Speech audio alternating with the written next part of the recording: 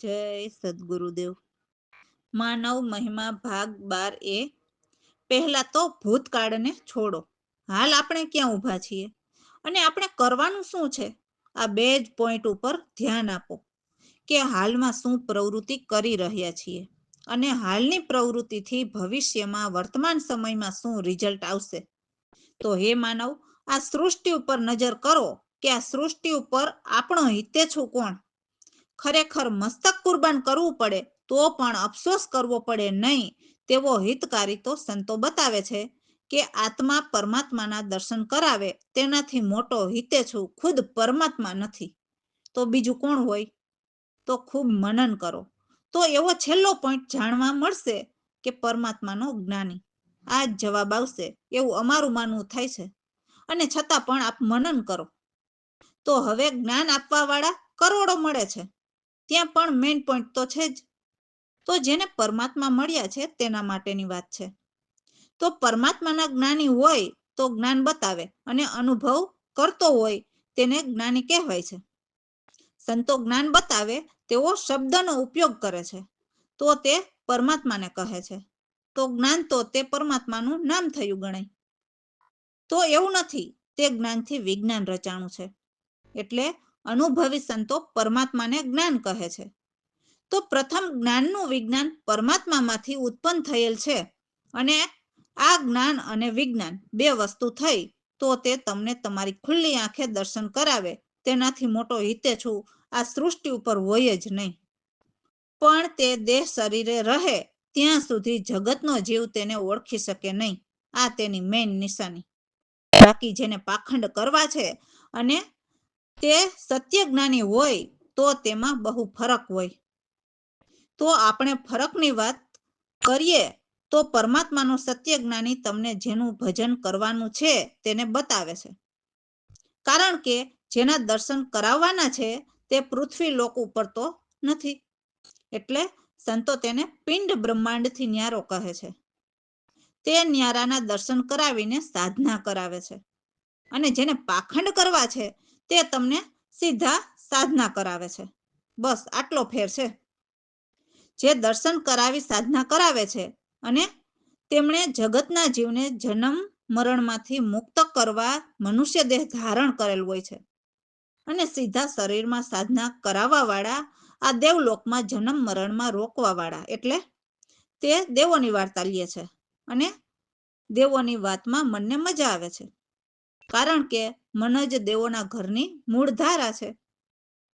તો સત્ય પરમાત્માના જ્ઞાની અને જીવની સાથે પાખંડ કરવામાં આટલો ફેર છે. તો કેટલો ફેર છે તે તમારી યુટ્યુબમાં જોઈ લ્યો કે તમો ગુરુ કર્યા હોય તેના વિશે મનન કરું.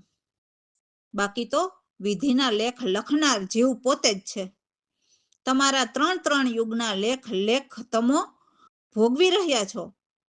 જે લખેલા લેખ છે તે લેખ માથે મેખ મારવાની વાત આ અમારા સત્સંગમાં લખેલા લેખ માથે મેખ મારવાની વાત હશે. 3 યુગથી અવતારી દેવોના ધર્મમાં જીવ જે ભયથી જીવી રહ્યો છે તો આ અમારા સત્સંગમાં નિર્ભય કેમ બનવું તેના વિશેની વાત આવશે. અને આંધળા સદગુરુના પૂછવા જેવા પ્રશ્નો કેવા પૂછવા તે પણ જાણવા મળશે. ઠીક છે, મનન કરજો. રામ ભરોસે. તો હવે અમારા સદગુરુએ જે સમજાવ્યું તે વાણી સમજીએ. તો સદગુરુનો મહિમા તો અગમ અપાર છે, જેમનો કોઈ પાર ન આવે.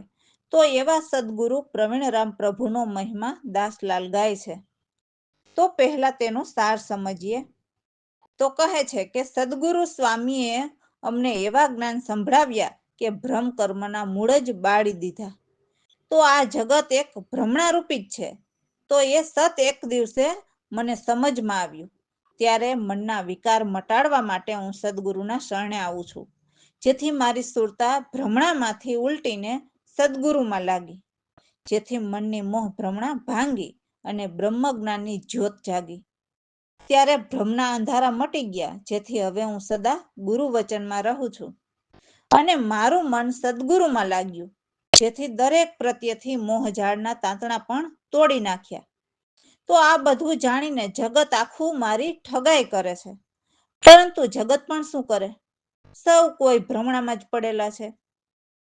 ભગવાનને બધે ગોતે છે, પણ એ નથી સમજતા કે પહેલા તો ભગવાનને બતાવે, નજરે નિરખાવે એવા સદગુરુ ગોતવા પડે. તો એવા સદગુરુ એ નિરખેલ હોય એટલે ભગવાનને તે બતાવે.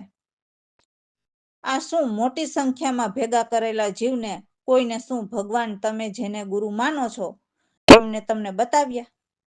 આખો મનુષ્ય દેહ પૂરો થાય ત્યાર સુધી બસ આમ કરો ને તેમ કરો, પણ એમ કરીને પણ ભગવાન ક્યાં? એટલું તો હવે એ માનવ વિચારવું જોઈએ ને. કેમ કે હવેના માનવ તો સમજદાર બની ગયા છે, છતાં આટલા ભ્રમણામાં હજુ જીવે છે અને જે સત્ય કહે છે તેમની ઠગાઈ કરે છે. શિષ્ય કહે છે કે ભલે ને જગત ઠગાઈ કરે, જે કરે તે, પણ હું તો સત્ય જ્ઞાની સદગુરુનું જ્ઞાન મેળવીને પરમધામ પામું છું. એમાં ક્યાં ઠગાઈની વાત જ આવી છે?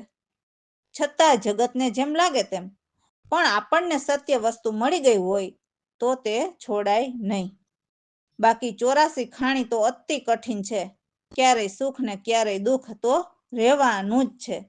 એમાં કાયમનું સુખ નથી.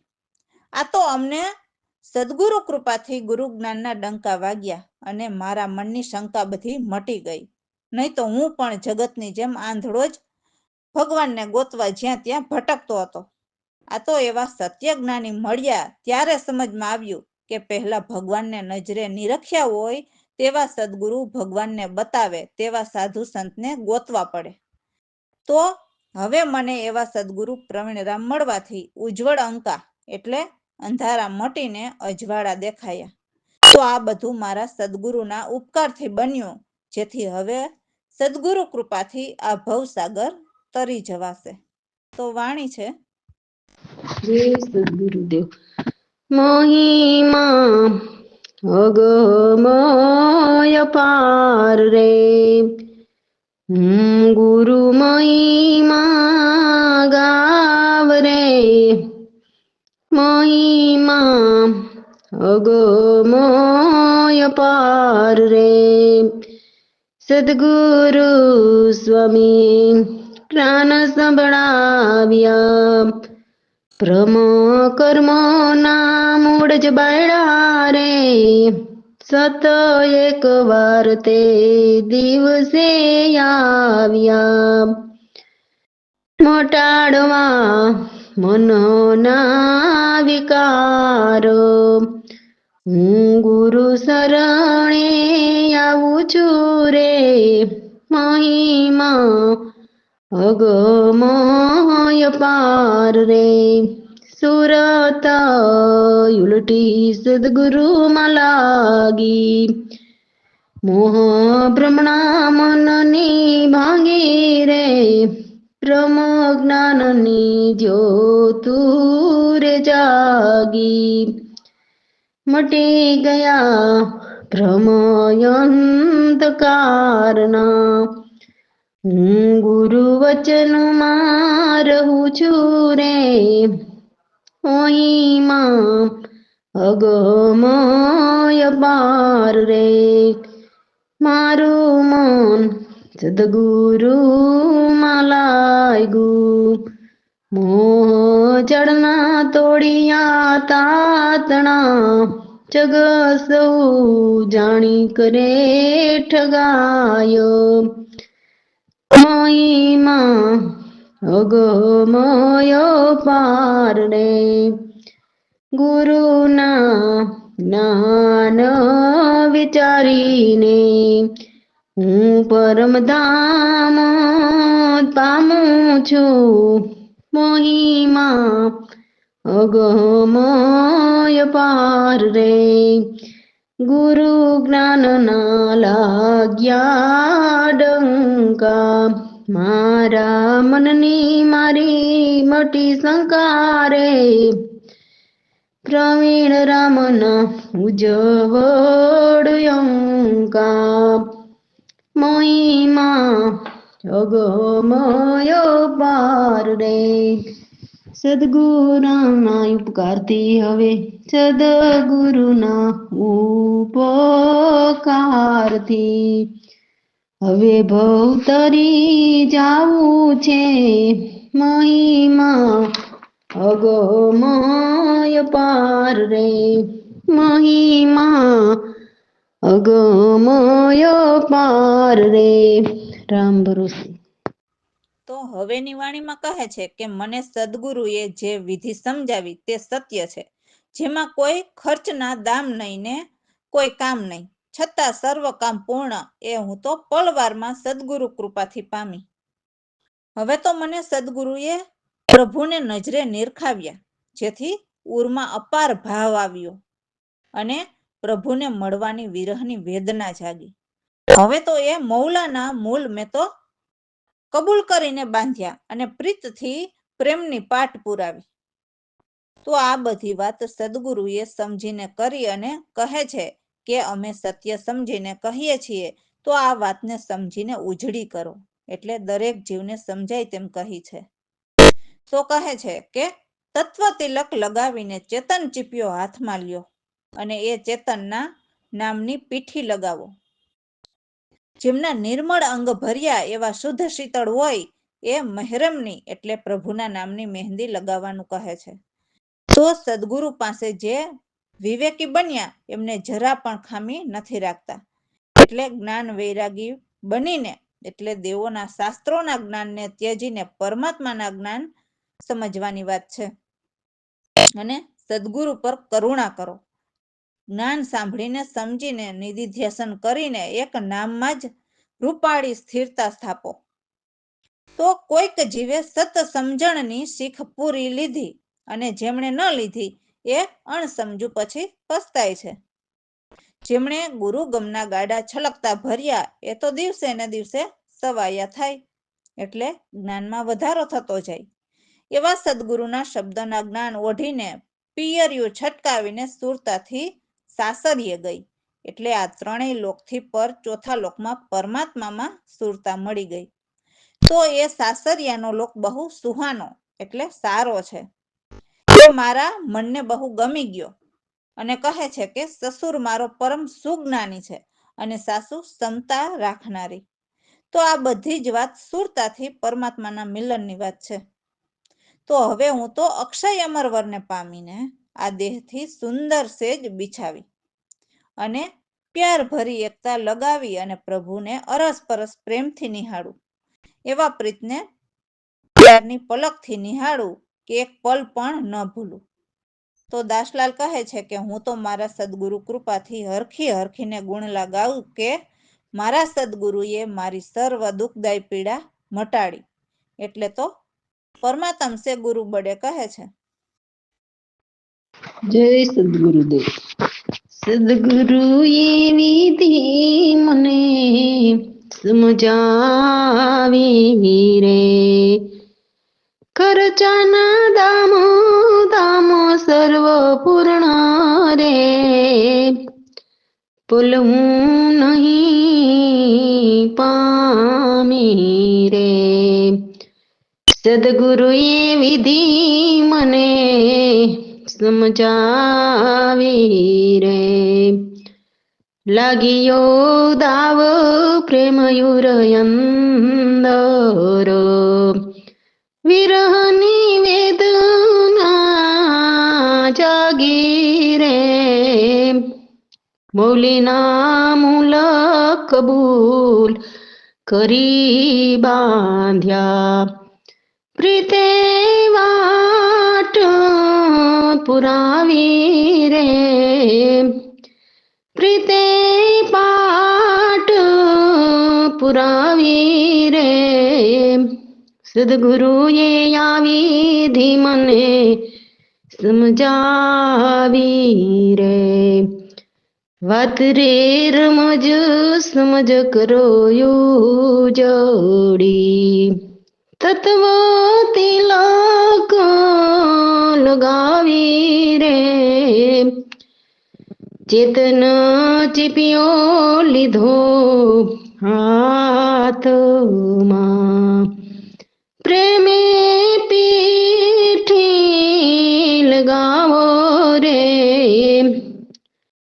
સદગુરુએ આવીથી મને સમજાવી રે નિર્મળ અંગ ભર્યા સુદ શીતળ મેરમની મેંદી લગાવો રે